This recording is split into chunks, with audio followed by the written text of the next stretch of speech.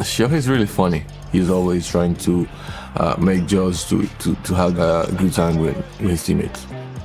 Really just how funny he is, man, with us. I mean, he's laughing, joking. He'll crack a little joke in our Hitters meetings and you kind of don't expect it. And, he's a really funny guy. Well, I think the world is starting to understand that he's a practical joker. They put my car! Shohei got me. Shohei's behind this? Yes. Are you freaking kidding me?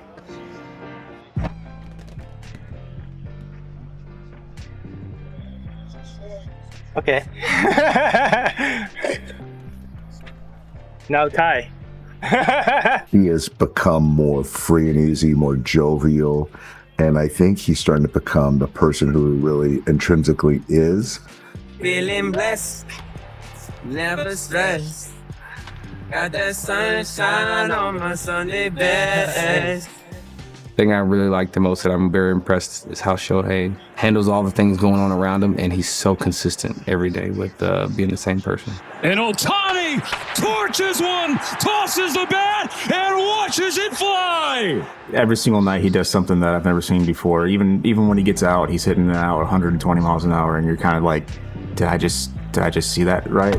It's truly kind of a blessing to be his teammate. He is actually changing the game of baseball. He never ceases to amaze. It's incredible. It really is.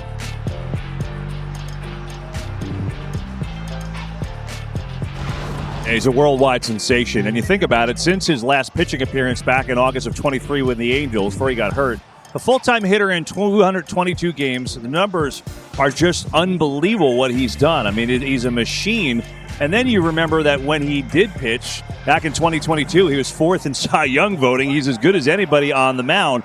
But we saw it. He was throwing that live BP session earlier today on this mound today, guys. He will come back. Dave Roberts told Ken Rosenthal last week, hopefully after the All-Star game. Question is, Derek, do you agree with the decision to have him come back and pitch, considering how dominant he's been from an offensive standpoint? 100%. That's why you signed him. Shohei Ohtani, we've said it before, he's a unicorn. I mean, he can absolutely do it all.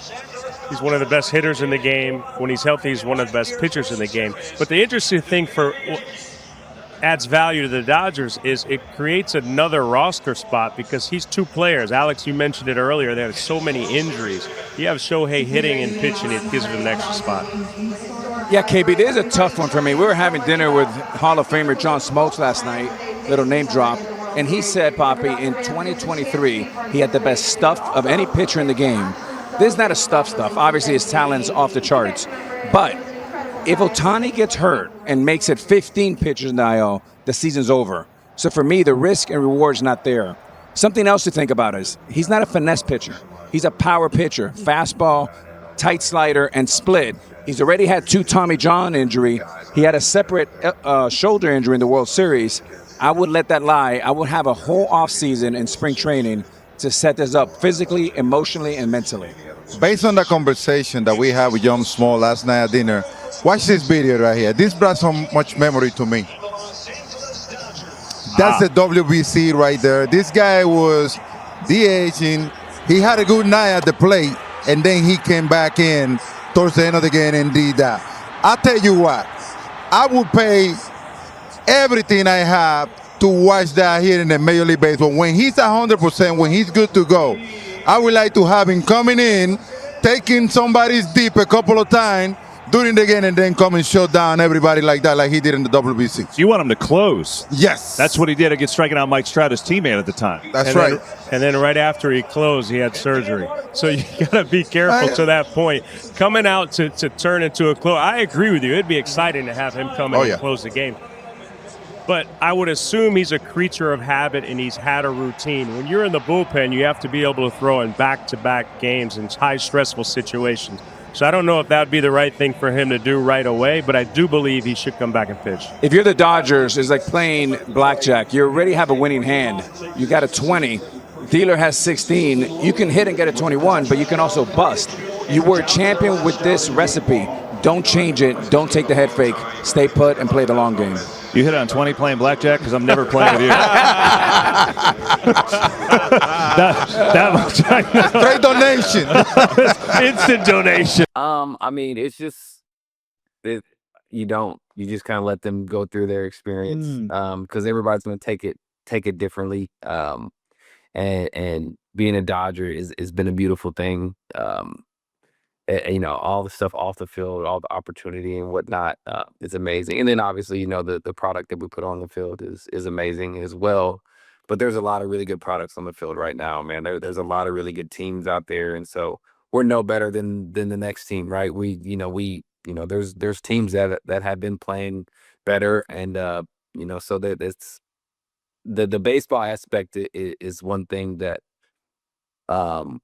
it's a very level playing field, but the off the field stuff, the opportunities and whatnot, that's where I think being a Dodger definitely kind of ascends to the top. But like between the lines, it's ball, right? It's ball. It doesn't matter. It doesn't matter if it's me, Shohei, or whoever, or the next person, right? Yeah. It's ball. It's ball, and you got to play. That's what's going to prove who wins. I can imagine if you're coming into that and you're looking around, it's like, he's going to be in Cooperstown. Like, he has more money than God. Like, he's on every billboard in America. Like, that can be intimidating for someone coming into that a little bit, right? Have you seen that at all? I would say though, I have a lot, especially the young guys. They come up, and I think it's a little overwhelming. I don't know if overwhelming is the right word, but you come in and you look and you see all these guys, and you're like, wow, I'm getting to play with all these guys. Which is, I'm sure, is really cool. I know I was talking to Call the other day when Shohei was pitching. I think he gave up a leadoff homer or something, and then this is when I was leading off, and I got a base hit, and then Shohei had a two-run homer in the first inning, and it's just amazing to know that this guy just walked off the mound, hit a home run, he's about to go back on the mound. It's like stuff like that. Even for me, I've been playing. This is my first time seeing Shohei do both. Like, do you get to appreciate that you're witnessing baseball history in the moment while you're watching it? Because obviously, like for us, when we watch this thing that is the Dodgers, it's history in the making. Like, do you get opportunities to kind of take a breath? Does that happen in 15 years? Does that happen in the winter?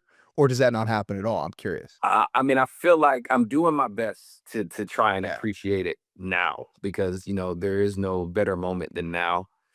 But in the grand scheme of things, I think that happens later. I think, when you're in the grind and you're in it, you once you turn your brain off to go appreciate something, it's hard to turn it back on, and so you really have to just try and keep your brain on, and obviously not super intense and whatnot. You try and enjoy what you can, but you really have to try and stay on as much as possible, just because the game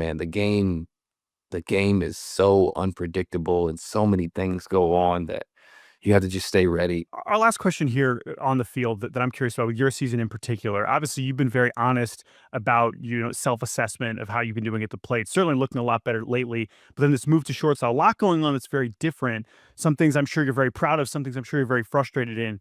You've been very honest about the perspective that this season has kind of given you. What does that mean? How does that manifest on a day-to-day basis in a way that you're going about, your day that maybe you weren't 2 years ago or 3 years ago or earlier in your career with the Red Sox? Going through this year and looking up and seeing that you're nowhere near on track for your goal, it's disheartening. It really sucks, especially when your whole career you've gotten pretty close to your goals. Sometimes you've exceeded your goals. Yeah, and the results are in your face every single moment you step. Every single day. I mean, every reporter's asking. It's all the time, and so. It really has taken me just to try and just win today. Do whatever you can to win today. You may be 0 for 4, but maybe you had a sac fly for an RBI that helped. Maybe you made a nice play in defense or whatever, that'll help. And since I've changed my mindset to that, it really has helped me get through every day. Just because I look up and I see 230, and it's hard. It really is hard. I've never had to do that. I'm going through stuff now that I've never had to go through in my entire life, like ever. And so I don't know how to get out of this. I don't know how to. And so the only thing that I can control is really just trying to help the guys win every day. And if I can do that, then at least I can go to sleep at night. I imagine there is also probably something that's a little freeing about that in a way. For sure. Definitely, because you don't worry about the over 4. Like, I mean, I've been doing that the whole time. But at least this over 4, I moved the guy over, whatever it is. Right. And as you mentioned, you win, you're happy. I mean, that's it. In some ways, that is going to be that simple, which I really appreciate that perspective and that honesty. All right, Mookie, before we get you out of here, we know you're teaming up with Corona to promote the Playa Sounds campaign. Tell us a little bit more about that, how you got involved, and the production behind it. So we just partnered. Me and Corona, we partnered together to create this soundtrack that is taking some of the moments. So we went and got some of the moments from postseason, some big intense moments, and then you mix them with the beach, right? You think about the beach and you think about going to relax and whatnot, and gotta just put you right in the middle, right? You're ready for intense moments with some relaxation in it. I really feel like it just puts me right in the middle, and it kind of I don't want to be too intense in some of these moments, because the intensity will be there. You don't need to manufacture anything, because it's gonna be there whenever it's time. And so it really just kind of puts me in the middle, man, and it just helps them relax but be ready.